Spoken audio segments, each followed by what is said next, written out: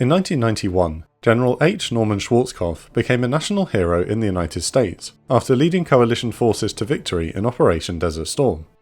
12 years later, the US once again went to war with Iraq, but this time under a different commander, General Tommy Franks.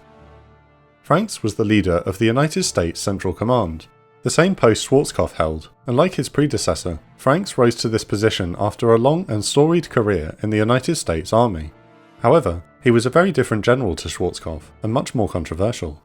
This is the story of General Tommy Franks, a brave and aggressive soldier who proved to be a controversial leader in one of the US's most controversial wars. Hold on 7, this is Group 1, troops contact. Tommy Ray Bentley was born in Wynwood, Oklahoma, on the 17th of June 1945. He was orphaned by his birth parents and immediately adopted from the hospital by Ray and Lorene Franks. He didn't learn he was adopted until he was close to 10 years old, and never learned the names of his biological parents. Franks' family did not have a lot of money, living in rural Oklahoma, but he grew up in a happy and supportive environment. Franks graduated high school in 1963 and attended the University of Texas at Austin, where he was well liked by his peers. However, he also gained a reputation as a hard partier, and his grades suffered. He later wrote in his autobiography, "Shooting the breeze about the next party or the football schedule was a lot better than diagramming sentences for English comp or memorizing the periodic table of elements." Franks was placed on academic probation and 2 years later was expelled with the option of reapplying. Instead of returning to school, Franks decided to enlist in the US Army in August of 1965. Although his father had been an Army Air Force mechanic in the Second World War, Franks had his own reasons for enlisting. "I talked to my folks and said, well, the Vietnam thing is pretty exciting. I think I'll just go join the army." With that, he drove to the nearest army recruitment centre and signed up while still hungover. Franks was sent to Fort Leonard Wood in Missouri and quickly adapted to life in the army. After completing basic training, he went to Fort Devens and received advanced individual training as a cryptologic analyst. He was accepted to Officer Cadet School and sent to Fort Sill, Oklahoma, which is better known in the US as the home of field artillery. Franks excelled at Fort Sill, scoring in the top 10% of his class. He was commissioned as second lieutenant on the 14th of February 1967 and became engaged to a local woman, Catherine Carley, while he awaited assignment.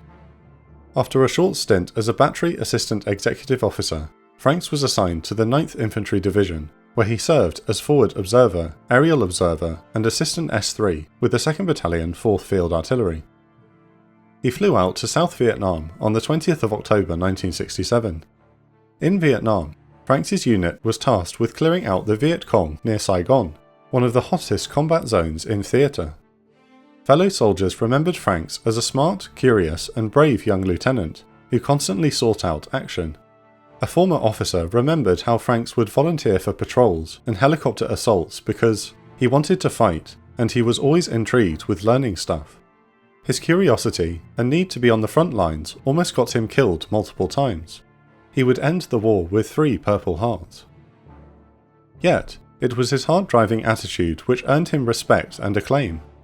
On the 11th of February 1968, during the Tet Offensive, Franks and his unit were attacked by waves of Viet Cong and North Vietnamese troops. The battle became so desperate and close quarters that Franks ordered his artillery to lower their elevation and fire directly into the masses of enemy soldiers. He was awarded the Bronze Star for this action, the first of 3. In his last week in Vietnam, Franks was aboard a low-flying OH-6 helicopter scouting suspected Viet Cong positions when the aircraft was shot down. Franks, along with the downed crewmen, fought off multiple enemy attacks with small arms fire and grenades before being rescued. When his tour of duty finished, Franks returned to the United States in November of 1968. He later said of his time in Vietnam, "I think back now and can't believe some of the stupid things I did. I've often thought it's probably near miraculous that I survived that war, because I had pretty much a happy-go-lucky attitude." Franks married Catherine upon his return to the United States and spent the next 2 years earning his college degree from the University of Texas, Arlington. In 1973, he was assigned to the 2nd Armoured Cavalry Regiment in West Germany for 3 years. He was faced with rampant insubordination and drug use amongst his men, part of a larger problem within the US Army post-Vietnam. Franks quickly instilled discipline into his new unit, and even had one soldier court-martialed. Despite the crackdown, he was also regarded as a thoughtful officer who cared for his men. His next assignment came in the Pentagon in 1976, where he was tasked with investigating corruption and unethical practices in the military. Here, he had his first brush with politics, a part of his military career he would come to resent. Franks spent the next 14 years steadily rising through the ranks, earning a promotion to colonel in 1987 and then to brigadier general in 1990. Accelerated by Iraq's invasion of Kuwait in August, Franks was deployed to Saudi Arabia as Assistant Division Commander of the 1st Cavalry Division. He distinguished himself during Operation Desert Storm as a general who led from the front. His commanding officer, General Tom Tillelly Jr., described Franks during the war. "He's not afraid. When you think of senior people, they don't have to put themselves in harm's way, but he goes where the action is." Franks' conduct during the campaign was noticed by many higher-ups in the army, who began grooming him for bigger things. In June 1992, Franks was assigned to Fort Monroe, Virginia, where he worked with Army Chief of Staff Gordon Sullivan on updating the US Army's training and command doctrines in the post-Cold War era, making the Army smaller, faster, and more lethal through the use of precision weaponry. He also advocated for more cooperation between the branches of the military, arguing that joint command would be vital in modern warfare. He was described as one of the architects of the new American way of war, and his reputation as an imaginative thinker led to a promotion to Major General in 1994.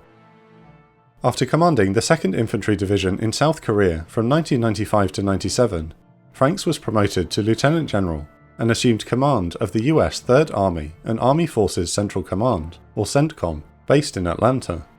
Franks served under Central Command's leader, General Anthony Zinni, for 3 years until Zinni decided to retire. Zinni recommended Franks as his successor, and on the 7th of July 2000, Tommy Franks was promoted to General and assumed command of CENTCOM. Franks took over at a dangerous time.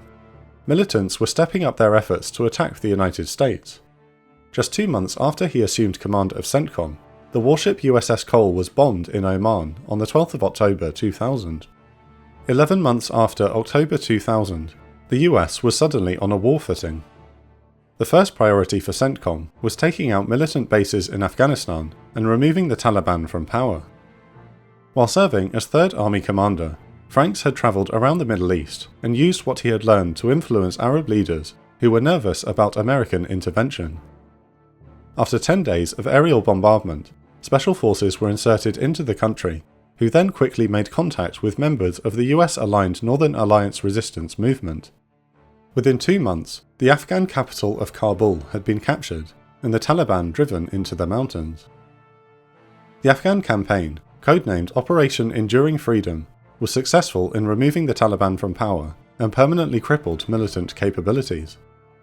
However, Franks' decision-making during the Battle of Tora Bora in late 2001 has come under scrutiny from critics, who believe he missed a golden opportunity to capture or kill OBL.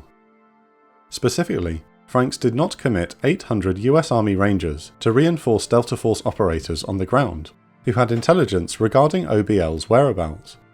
Franks would later claim that he did not have good intelligence on his location, nor enemy troop strength in the area, but both the Delta Force commander on the ground and experts would later agree that OBL was present and vulnerable. As the war in Afghanistan settled into a lower intensity conflict marked by guerrilla warfare, Franks was called upon in late 2001 to prepare for an even larger military campaign. On the 21st of November 2001, General Franks met with Defense Secretary Donald Rumsfeld, who informed him that CENTCOM was to begin planning for an invasion of Iraq. Rumsfeld laid out prescriptive criteria specifying how he thought the campaign should be conducted, including attacking and occupying Iraq with the smallest number of troops possible.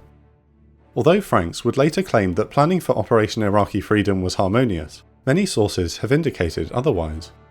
Rumsfeld proved to be difficult to work with, and Franks sometimes expressed frustration at the Defense Secretary's micromanagement.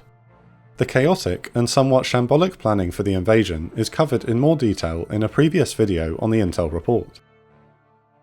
As part of the planning process, Franks went on a grueling tour of the Middle East capitals, trying to secure support for the invasion from Arab leaders, but this was mostly a fruitless exercise.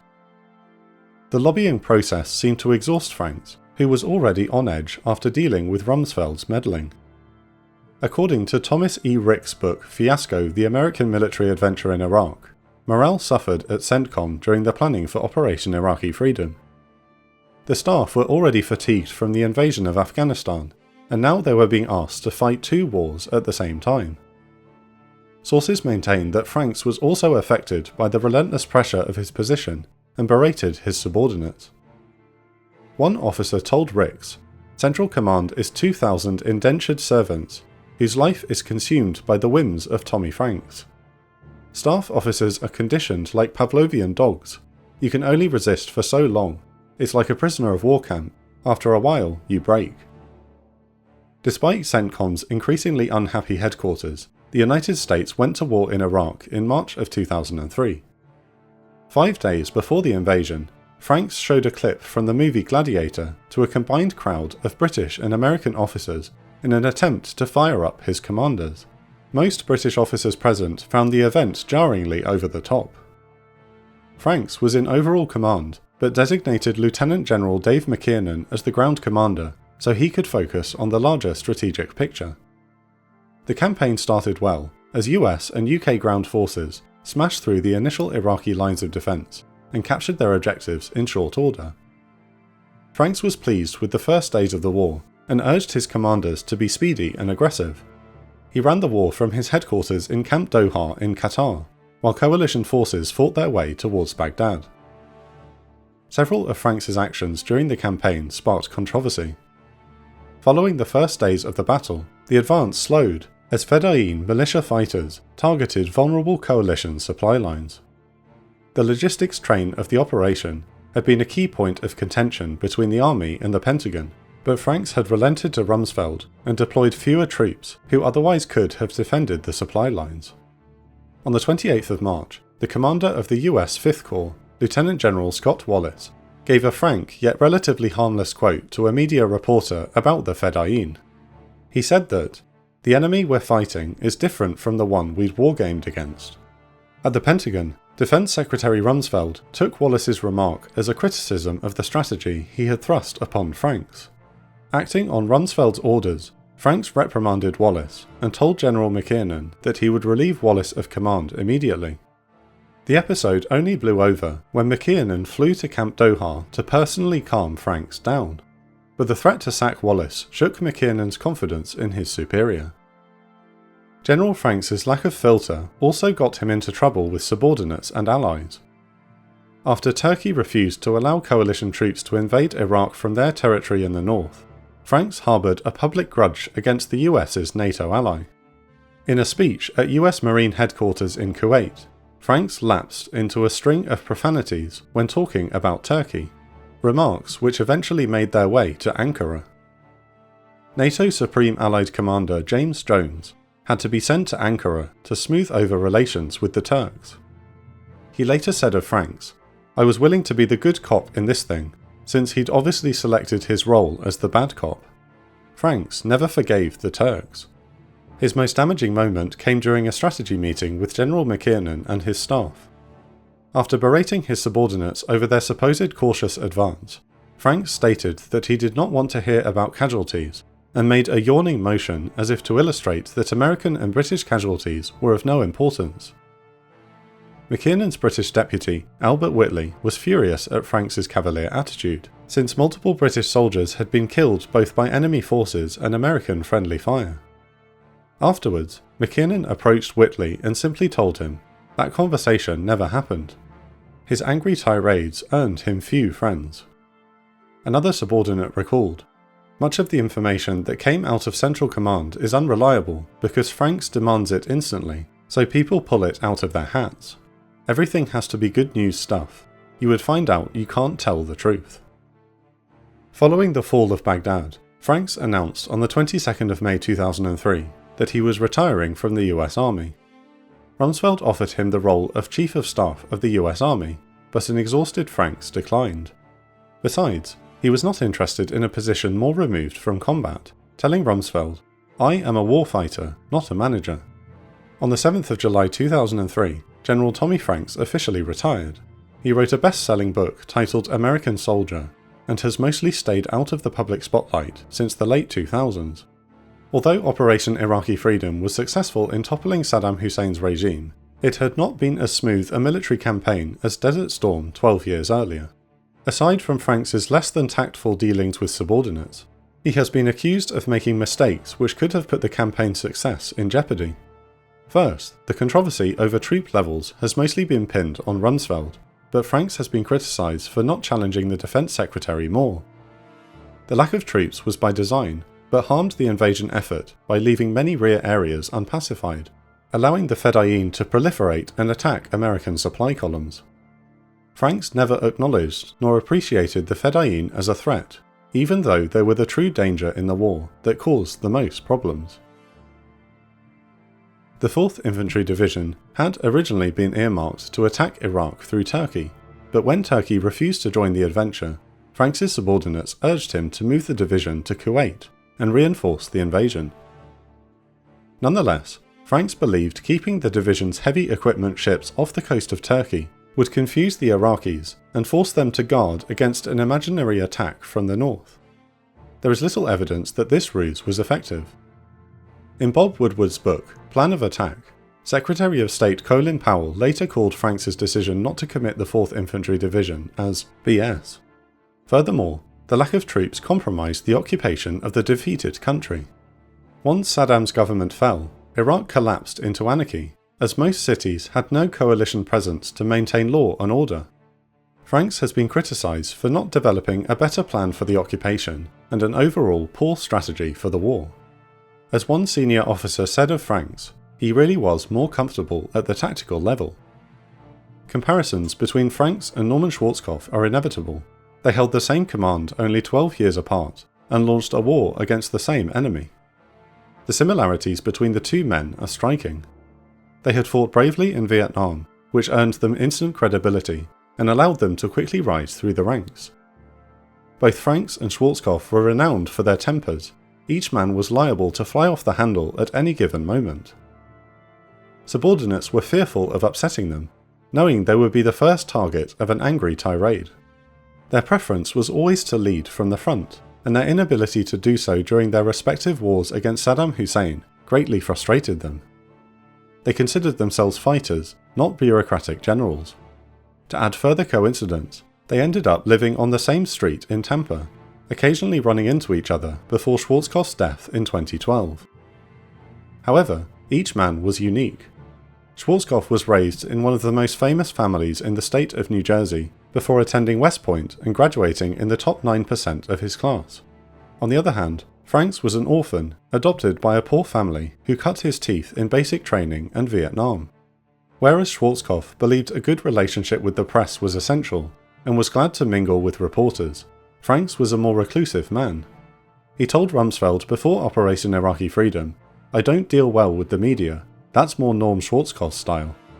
Schwarzkopf was also very clearly more capable politically and diplomatically, important for leading a coalition.